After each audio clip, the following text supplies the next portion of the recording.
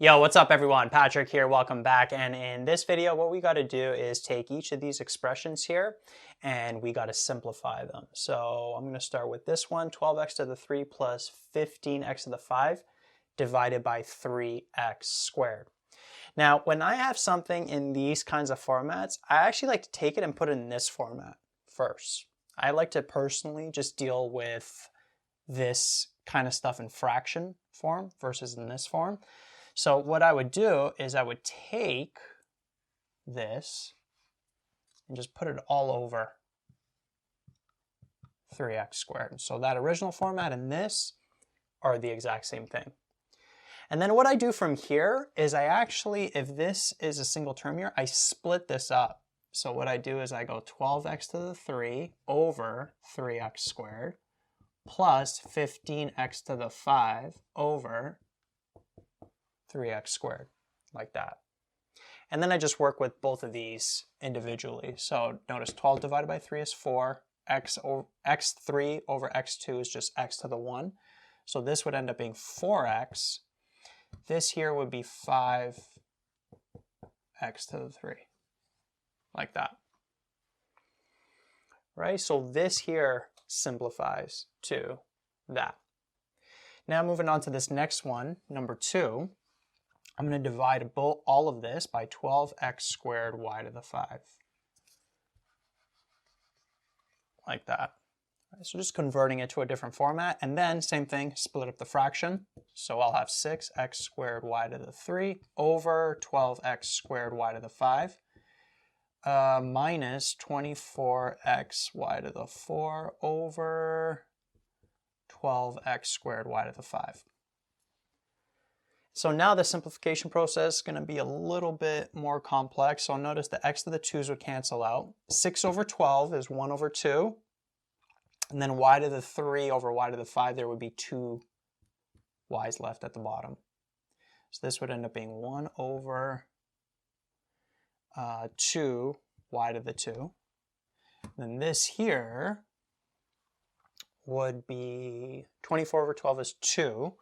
X to the 1 over x to the 2, there's a x left at the bottom.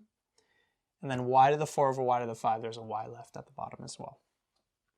And so this simplifies to this. I actually forgot about the restrictions here as well. So notice in this case, x can't be 0, because that would make the denominator equal to 0. And then over here, x can't be 0, y can't be 0. So that's part of the solution as well, if your prof requires it. All right, so that was number 2. And then number 3 here, notice it's already in this format. So what we can do is just split these up. 3x to the 5 y to the 3 over negative 8x y to the 3. There's like a 1 there. And then we'll have minus 2x to the 4y over negative 8x y3. There's like a 1 there, there's like a 1 there. And then we would have 12x y to the 2 over negative 8x y to the 3, like that. And then from here, I just work with each of these separately. So 30 over negative 8, what does that simplify to? Well, notice that 2 can go into both, so it would be negative 15 over 4. That's what this simplifies to. So we'd have a negative 15 over 4. X to the 5 over x to the 1, there would be 4 x's left at the top.